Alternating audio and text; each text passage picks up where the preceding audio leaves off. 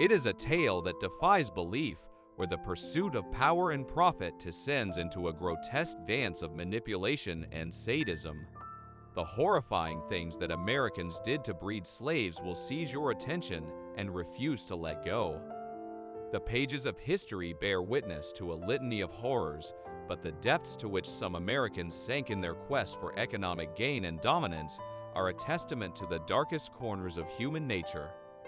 How did the pursuit of power and profit drive Americans to commit such horrific acts in the breeding of slaves? Join us on the journey that defies belief, plunging into the depths of sadism and manipulation driven by power and profit. In the United States, the effort to end slavery gained steam in the early 1800s. More and more people began to view slavery as wrong, thanks to the ideas of freedom and equality. In 1808, this force was able to stop slaves from being brought into the country. It is important to remember that this law did not end slavery right away. Instead, it ended African enslavement. Because it was inhumane, Britain and the U.S. stopped importing slaves. The abolition movement was a major step toward abolishing slavery in the U.S., although it took decades and a civil war.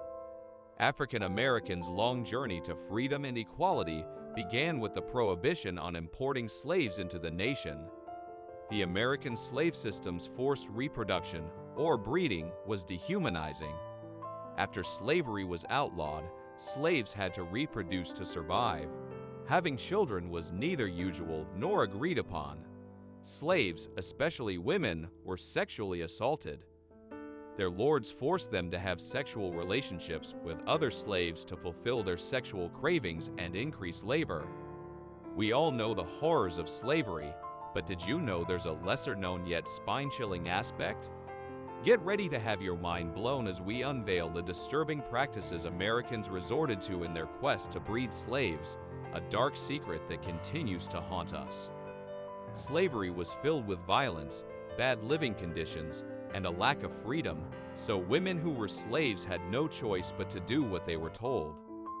In addition to the pain that slave women went through, slave men were also sexually abused, though in different and often more subtle ways. This part of forced reproduction shows how horrible it is that slave owners don't care about the people they own or how they live their lives. Instead, they treat them like things they can sell to make money. Thomas Jefferson, the third president of the United States and a key figure in the founding of the country, is at the center of one of the most important arguments about slavery in American history. In the 1990s, there was a discussion about Jefferson's bond with Sally Hemings, a slave at his Virginia home, Monticello. The argument is about what kind of relationship they had and what that means for understanding Jefferson's views on slavery. Sally Hemings was of mixed race. She was 3/4 white and 1/4 black. Even though it's not clear if their connection was voluntary or not, most people agree that Jefferson had several children with Hemings. Hemings was only 14 years old when she went to Paris with Jefferson, who was in his early 40s at the time and had a lot of power. This is what started the debate, along with the fact that they were very different in age and power.